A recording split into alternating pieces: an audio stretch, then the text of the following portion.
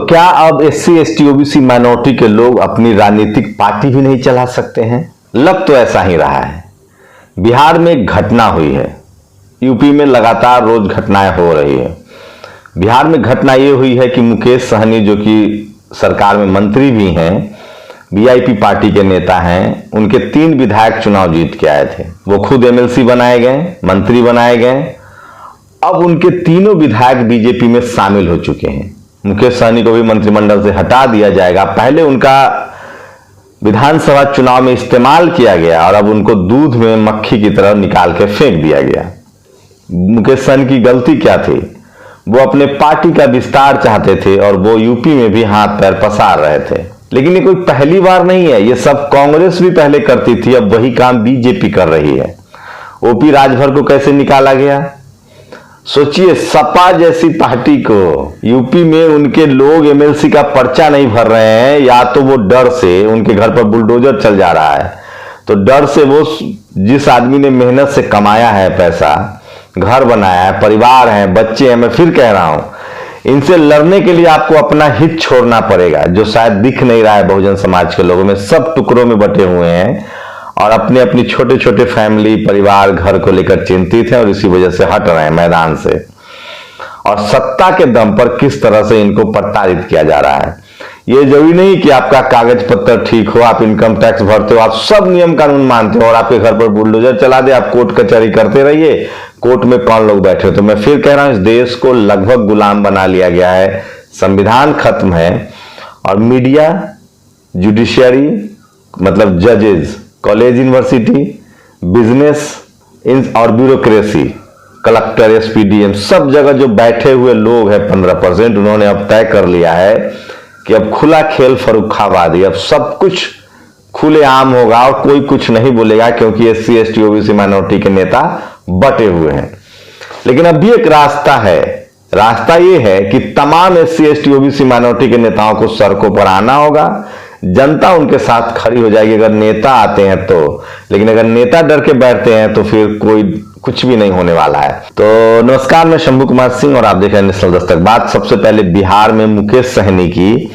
सोचिए, संजय निषाद, जिनकी पार्टी गठबंधन में है यूपी में, और 2.5 करोड़ करीब वहां निषाद समाज के लोग हैं, बिहार में है। फूलन देवी की पूरी परंपरा है इनके पास।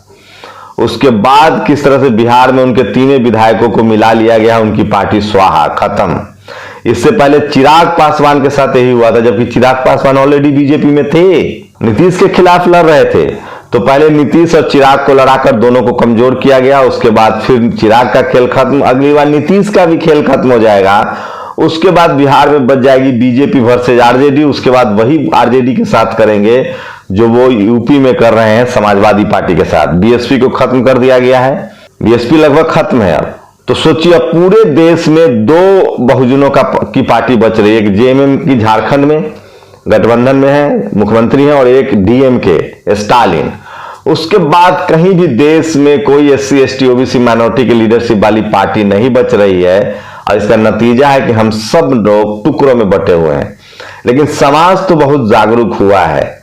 लेकिन अब दूसरी पॉलिसी अपनाएगी बीजेपी। अब वो हम जैसे तमाम लोगों को टारगेट करेगी जो उनसे सवाल पूछ रहे हैं, जो एससी एसटी ओबीसी माइनॉरिटी के जो बिजनेसमैन है, छोटे मोटे पत्रकार हैं, सोशल एक्टिविस्ट हैं, जो सोशल मीडिया इन्फ्लुएंसर हैं, उनको अब प्रताड़ना का दौर शुरू होगा। उसके बाद बारी नेता की भी आएगी। ऐसा नहीं समझिए कि वो चुप रहेंगे, लेकिन अभी भी वक्त है। अखिलेश यादव ने एक अच्छे संकेत दिए हैं, देखते हैं वो कब से करते हैं। सोचिए, उनके एमएलसी टिकट नामांकन नहीं कर पा रहे हैं, उनको मारा पीटा जा रहा है, घर बैठाया जा रहा है। अखिलेश यादव ने लोकसभा से इस्तीफा दिया है। उन्होंने कहा कि हम सदन से सड़क तक संघर्ष करेंगे, मतलब वो विधानसभा में बैठेंगे। तो देखते हैं क्या होता है। लेकिन मैं फिर कह रहा हूं, घनघोर चुप्पी है, घनघोर डर है और सब कुछ प्रशासन की मदद से किया जा रहा है। मैं एक और बात बता दूं, जो एससी एसटी ओबीसी माइनॉरिटी के ब्यूरोक्रेसी में लोग हैं, उनकी भी सामत आएगी देर सवेर। खैर, वैसे भी उनके सम्मान को रोज कुचला जाता है। राजेंद्र प्रसाद सिंह कहते हैं कि अगर आप एससी एसटी ओबीसी माइनॉरिटी के लोग हैं तो आपका नौकरी पा लेना आसान है, सम्मान से नौकरी करना बहुत मुश्किल है। तो मैं बार बार कह रहा हूं कि मीडिया इसके लिए सबसे बड़ा जिम्मेदार है। जो जातियों का झुंड है, जहां आपके लोग नहीं है एससी एसटी ओबीसी माइनॉरिटी के, जो इक्का दुक्का लोग हैं वो वही हालत है, डरपोक है। दूसरा जुडिशियरी, वहां कोई हाई कोर्ट सुप्रीम कोर्ट में नहीं है, कहीं से कोई आवाज नहीं आएगी। तीसरा है bureaucracy, SP DM collector secretary सब वो बने बैठे हैं, थाना प्रभारी, वहां से कोई उन्हीं के दम पर ये सब किया जा रहा है। तीसरा है कॉलेज यूनिवर्सिटी, जहां से पढ़ाई लिखाई इंटेलेक्चुअल, जहां से आंदोलन शुरू होता है, आवाजें आती है, वहां नहीं है। आप बिजनेस में नहीं है, रहती है पॉलिटिकल लीडरशिप भागीदारी, जो एससी एसटी ओबीसी माइनॉरिटी के जो एससी एसटी के जो रिजर्व है, ओबीसी की जो कुछ पॉलिटिकल पार्टियां हैं, तो आप भी अगर आप नहीं बोलेंगे तो बारी तो आपकी भी आएगी, ऐसा नहीं है। तो सोचिए किस तरह से जो कट्टर हिंदू है निषाद समाज के लोग, अभी मैं खबर देख रहा था, साहू समाज की सबसे संख्या है ज्यादा छत्तीसगढ़ में।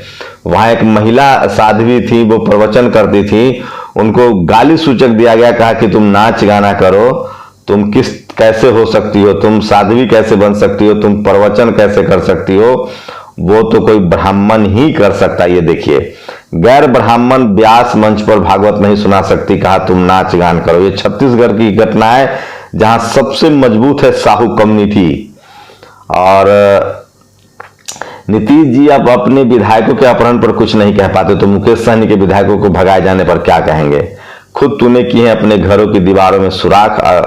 तो ये नहीं, ऐसा नहीं, अब आरजेडी की बारी आएगी और पशुपालन एवं मत्स्य संसाधन मंत्री के साथ बीजेपी ने जो किया है उसे मत्स्य न्याय कहा जाता है, जो दरअसल न्याय अन्याय की श्रेणी में आता है। इसमें बड़ी मछली छोटी मछलियों का भक्षण कर जाया करती है।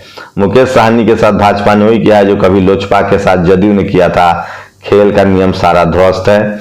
और ये तमाम दलित छात्रा के रोटी छूने पर फेंक दिया पोषाहार, ये बहुत ही खतरनाक खबर है। ये देखिए, गिंगला पर सलुम्बर तहसील क्षेत्र के राजकीय बालिका, ये इस तरह के अब तो लगातार आएंगे। एक शख्स ने कश्मीर फाइल्स की आलोचना की, तो किस तरह से उनसे नाक रगड़वाया गया है शेड्यूल कास्ट के लोग के। और ये भिक्खु चंदिमा का वीडियो है जो आप देखेंगे चैनल पे। सारनाथ में इनका बौद्ध मठ है, वहां इनको अब कहा जा रहा है कि आपको यहां आप नहीं कुछ कर सकते हैं।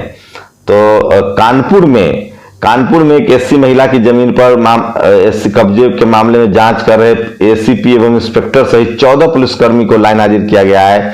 ये पुलिसकर्मी एससी परिवार को सुरक्षा देने के बजाय झूठे केस में फंसाकर उन्हें प्रताड़ित कर रहे थे। तो सोचिए, आप बस कल्पना करते रहिए। और गाजीपुर के एमएलसी पद के प्रत्याशी मदन यादव प्रधान जी मोर्चा वापस लेने पर सत्ता के इशारे पर प्रशासन द्वारा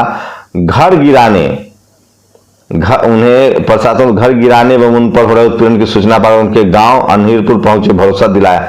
तो सोचिए, गाजीपुर में एमएलसी वीरेंद्र कुमार यादव जो थे, मदन यादव थे, उनका कहा जा रहा है कि पर्चा वापस नहीं लोगे तो घर गिरा देंगे। तो इस तरह से अब सब कुछ खत्म होता जा रहा है।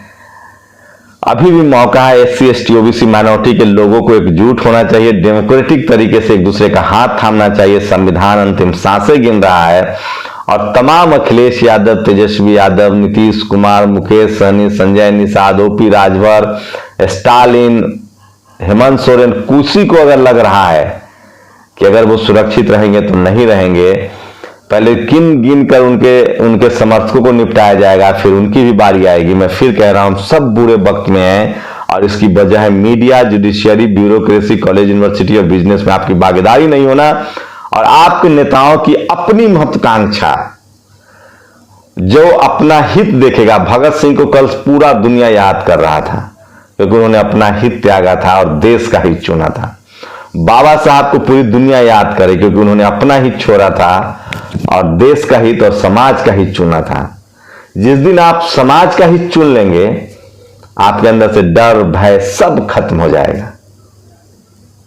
मैं फिर कह रहा हूं, बाबा साहब की एक लाइन याद रखिए, जिंदगी लंबी नहीं शानदार होनी चाहिए। अन्याय के खिलाफ लड़ेंगे तो अमर हो जाएंगे। और चेगुवेरा की वो लाइन आजकल बहुत फेमस है कि मैंने उनकी भी कब्रें देखी है कब्रिस्तान में, जो इसलिए नहीं लड़ रहे थे कि कहीं वो मर जाएंगे। मरना तो सबको है लेकिन मौत शानदार होनी चाहिए। जलालत की जिंदगी से अच्छा है शानदार मौत। और ये जो डराया जा रहा है, मैं फिर कह रहा हूं जगदेव बाबू की लाइन, पहली पीढ़ी मारी जाएगी, दूसरी पीढ़ी जेल जाएगी, तीसरी पीढ़ी राज करेगी। अगर आप डर गए तो आपके हिस्से आपका संविधान चला जाएगा। पॉलिटिकल पार्टियों के हाथ में है कि ये लोग क्या करते हैं। फिलहाल जिस तरह से कांग्रेस करती थी, बीजेपी ने उससे ज्यादा रौद्र रूप किया और एससी एसटी ओबीसी माइनॉरिटी की पार्टियों को भी खत्म किया जा रहा है। क्या एससी एसटी ओबीसी के लोग अब भी कट्टर हिंदू बने रहेंगे, धर्म के नाम पर वोट करेंगे या संविधान को बचाएंगे? आपकी क्या प्रतिक्रिया, अपनी प्रतिक्रिया जरूर दीजिए। शुक्रिया। नेशनल दस्तक की आपसे गुजारिश है कि अगर इसको बचाना चाहते हैं तो नेशनल दस्तक को सब्सक्राइब करने के लिए रेड कलर के सब्सक्राइब बटन को दबाएं, फिर बेल आइकन की घंटी दबाएं। नेशनल दस्तक को बचाने के लिए बहुत जरूरी है कि हर खबर को शेयर करें, लाइक करें, कमेंट जरूर करें।